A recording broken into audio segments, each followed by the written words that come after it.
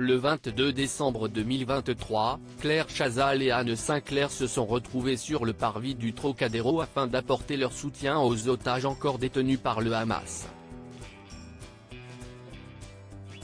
Une guerre meurtrière qu'avait déjà évoqué l'ancienne épouse de Dominique Strauss-Kahn sur BFM TV il y a quelques semaines. Le 22 décembre 2023, Claire Chazal et Anne Sinclair ont participé au rassemblement organisé au Trocadéro appelant à la libération des otages détenus par les terroristes du Hamas. À ce jour, 129 personnes sont toujours retenues à Gaza, d'après les autorités israéliennes. Pour rappel, le Conseil de sécurité de l'ONU a récemment adopté une résolution en faveur de la population de la bande de Gaza. Cette résolution exige de toutes les parties qu'elle autorise et facilite l'acheminement immédiat, sûr et sans entrave d'une aide humanitaire à grande échelle dans l'enclave palestinienne et demande de prendre de toute urgence des mesures à cet égard mais aussi pour créer les conditions d'une cessation durable des hostilités, rappelle Le Parisien. Ce texte exige également l'utilisation de l'ensemble des voies d'accès et de circulation disponibles pour l'acheminement de carburant, de nourriture et de matériel médical sur tout le territoire.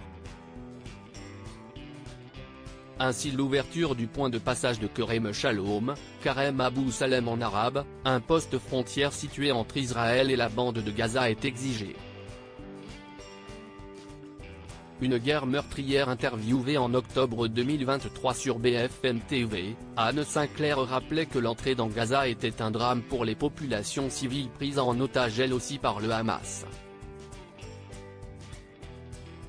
Entrer dans Gaza aujourd'hui c'est en effet bombarder une population civile qui est restée encore dans le nord de Gaza, qui est en otage du Hamas. J'écoutais, il y a des forums très intéressants sur les paroles des Gazaouis. Il y a évidemment des personnes qui sont tout à fait militantes et soutiennent le Hamas mais il y en a qui souffrent, qui ne veulent plus de cette coercition religieuse et totalitaire et ils sont écrasés et oppressés. Et donc oui l'entrée dans Gaza serait meurtrière, déclarait l'ancienne épouse de Dominique Strauss-Kahn.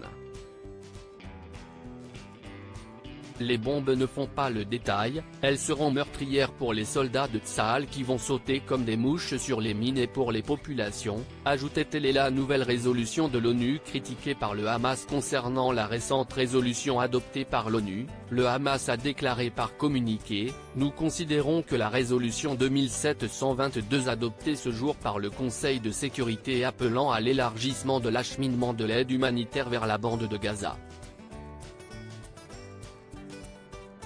comme une mesure insuffisante et ne répond pas à la situation catastrophique créée par la machine de guerre sioniste. »